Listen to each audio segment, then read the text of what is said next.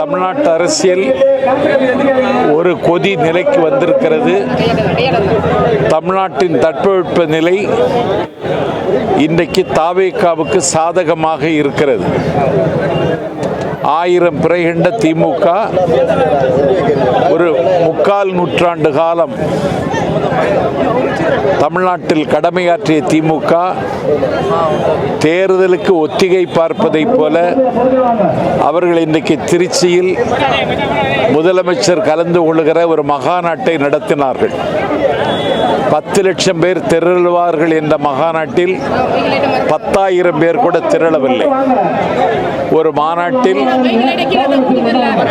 மாநாட்டில் வரவேற்புரை நேரு பேசினார் 2 நிமிடம். அந்த கட்சியினுடைய அவைத்தலைவரோ துணை பொதுச் செயலாளர்களோ வேறு நிர்வாகிகளோ சொற்பொழிவாளர்களோ யாரையும் பேச அனுமதிக்கவில்லை.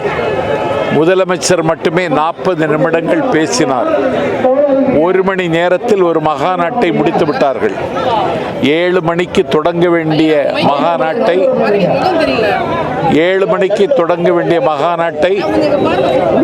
மணிக்கே முடித்து விட்டார்கள் என்றால் திமுக அதற்கான முடிவுரையை எழுதி கொண்டிருக்கிறது. திமுக அதனுடைய இருப்பை இழந்துவிட்டது. திமுக எதிர்காலத்தில் அது ஆட்சிக்கு வரும் என்பதை தவிர அதை ஒரு கட்டமைப்பான கட்சியாக கூட இனி நடத்த முடிகிற வாய்ப்பு இல்லை. தமிழக அரசியலில் புதிதாக பூத்து வருகின்ற தமிழக வெற்றி கழகம் 3வது ஆண்டில் அடியெடுத்து வைத்து அதிகாரத்தை கைப்பற்றும் என்கிற நம்பிக்கை நாட்டு மக்கள் மத்தியில் உதயமாகி இருக்கிறது. எங்கள் தலைவர் விஜய் தான் திமுகவுக்கு சவாலாக இருப்பார், அறைகூவலாக இருப்பார். 1967 காங்கிரசிடமிருந்து ஆட்சியை மாற்றி காட்டினார் அண்ணா. 1977 மக்கள் திலகம் எம்ஜிஆரிடமிருந்து ஆட்சியை திமுகவிடமிருந்து ஆட்சியை மாற்றி காட்டினார் மக்கள் திலகம் எம்ஜிஆர்.